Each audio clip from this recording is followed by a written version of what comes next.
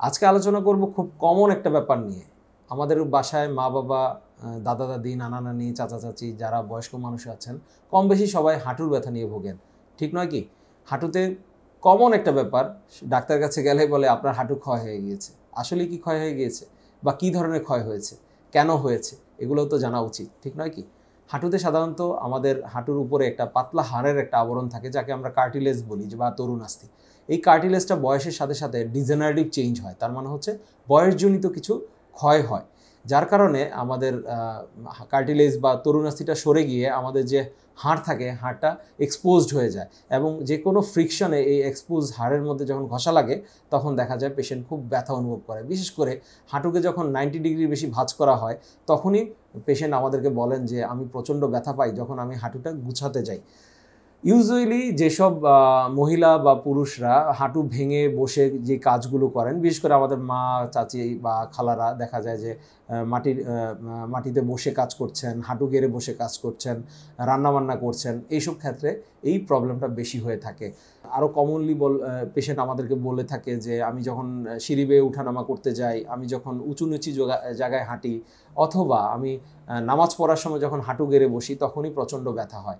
এই ব্যথাগুলো সাধারণত প্রাইমারি অস্টিওআর্থ্রাইটিসের লক্ষণ। যদি কোনো রোগের কারণে এই ক্ষয় হয় তখন আমরা এটাকে সেকেন্ডারি অস্টিওআর্থ্রাইটিস বলি। সাধারণত আপনি যখন আমার কাছে আসবেন বা আপনার একজন অর্থোপেডিক সার্জনের কাছে যাবেন, উনি প্রথমে আপনার ওই হাঁটুর একটা এক্সরে করবেন এবং এক্সরেতে দেখা যাবে যে তার হাঁটুর যে গ্যাপ, এই গ্যাপ কমে গিয়েছে, হাঁটুতে অস্বাভাবিক হাড় তৈরি হচ্ছে, যা প্রতিটা ফ্রিকশনের সময় আপনার হাঁটুকে খোঁচা দিচ্ছে এবং আপনার ব্যথা হচ্ছে প্রচণ্ড।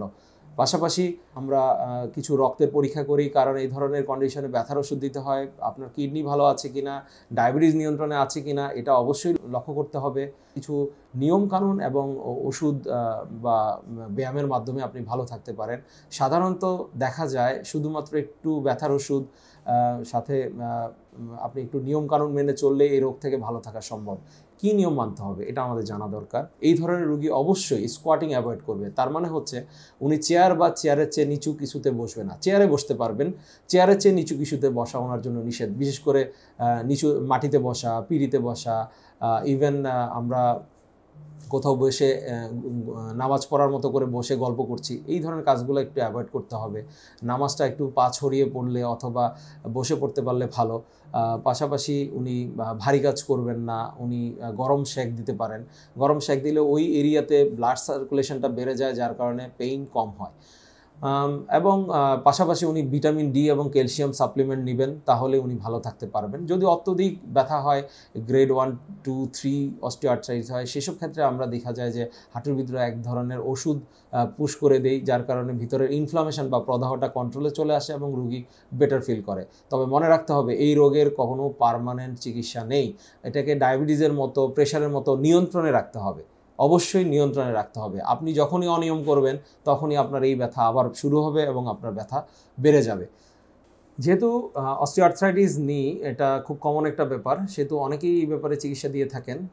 তবে এই ব্যাপারে কালক্ষেপণ না করাটাই উচিত। সাধারণত অনেকে অনেক পাওয়ারফুল ব্যথার ওষুধ খান, অনেক ভারী ভারী ব্যথার ওষুধ খান, যা আপনিও জানছেন না বা বুঝতেছেন না, আপনার কিডনির ক্ষতি হয়ে যাচ্ছে। সো এই ধরনের রোগে আপনি ব্যথার ওষুধ খেলেন, আপনি যতক্ষণ ব্যথার ওষুধের ইম্প্যাক্ট থাকবে ততক্ষণ আপনি ব্যথামুক্ত থাকবেন। ব্যথার ওষুধের ইম্প্যাক্ট শেষ, আপনার ব্যথা শুরু হয়ে যাচ্ছে, তাহলে এটা কোনো সমাধান নয়। কিন্তু তাহলে প্রকৃত সমাধান অথবা কিভাবে কম ব্যথার ওষুধ খেয়ে নিয়ন্ত্রণে আপনি রাখতে পারবেন তা জানার জন্য বা সেই চিকিৎসাটার জন্য আপনি অবশ্যই একজন অর্থোপেডিক সার্জনের পরামর্শ নেবেন। আপনার নিকটস্থ অর্থোপেডিক সার্জনের কাছে যান। সকল অর্থোপেডিক সার্জনই কম বেশি এই অস্টিওআর্থ্রাইটিস নি বা অন্যান্য জায়গায় অস্টিওআর্থ্রাইটিসের ভালো চিকিৎসা জানেন।